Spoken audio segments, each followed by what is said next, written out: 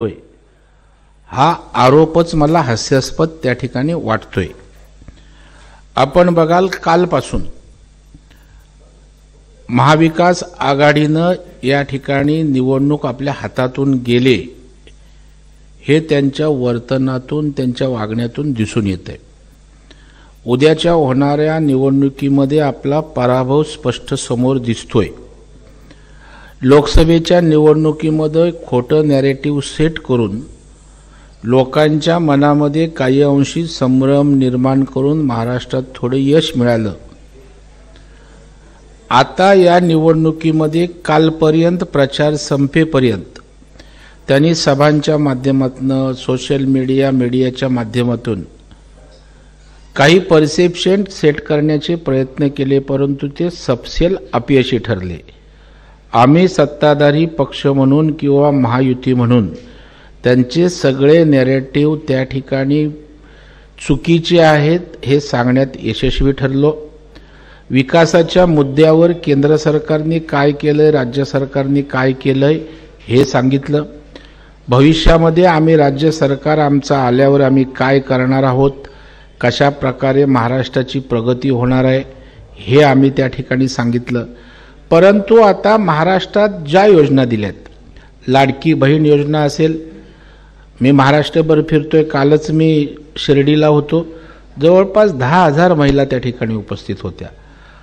लाडकी बहीण असेल, लाडका भाऊ असेल, प्रशिक्षण योजना 10,000 पर्यंतची, शेतकऱ्याची कर्जमाफी असेल, वीज बिल माफ असेल, अशा अनेक योजना या ठिकाणी आज महाराष्ट्रातल्या मतदारांना प्रभावित करणाऱ्या ठरल्यात, विश्वास देणाऱ्या ठरल्यात।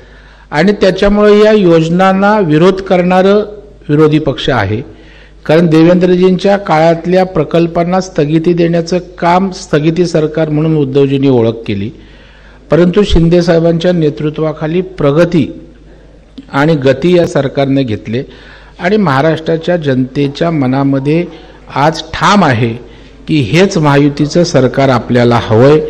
तशा प्रकारचं चित्र आज महाराष्ट्रामध्ये पूर्णपणे झालंय।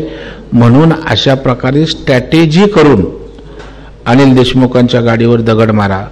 आता भारतीय जनता पार्टीचा दगड हातात घेणं आणि दगड मारून कोणाला रक्तबंबाळ करणं,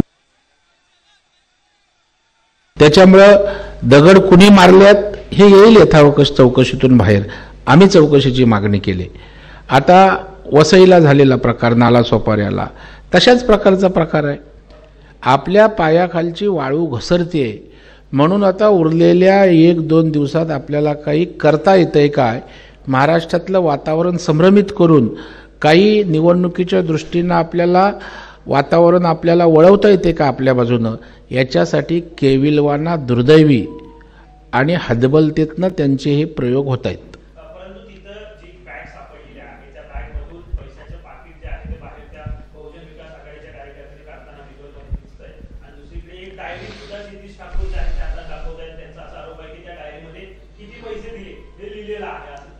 आता ही डायरी तुम्ही बघितली नाहीत, मी बघितली नाही। क्षितिज ठाकूर आमचे विरोधक आहेत, ते का आमच्या बाजूनी बोलणार नाहीत, कोरी डायरी आहेत, संविधानासारखे काही सांगणार नाहीत। त्याच्यामुळं त्यांना आरोप करणं स्वाभाविक आहे। त्यांनाही त्या ठिकाणी आता आमचा उमेदवार राजन नाईक अगदी ताकदीनं त्या ठिकाणी लढतोय, जिंकेल अशी स्थिती आहे। आणि त्याच्यामुळे आज बघा शेवटचा दिवस असताना अख्ख्या बवियाची लोक त्या ठिकाणी हॉटेलला घेराव घालून तिथे बसलेत, कारण त्यांच्यासाठी हा शेवटचा पर्याय आहे। त्याच्यामुळे कुठले पैसे नाहीत, कुठली बॅग नाही, कुठली डायरी नाही, डायरीत काही लिहिलेलं नाही। आणि मी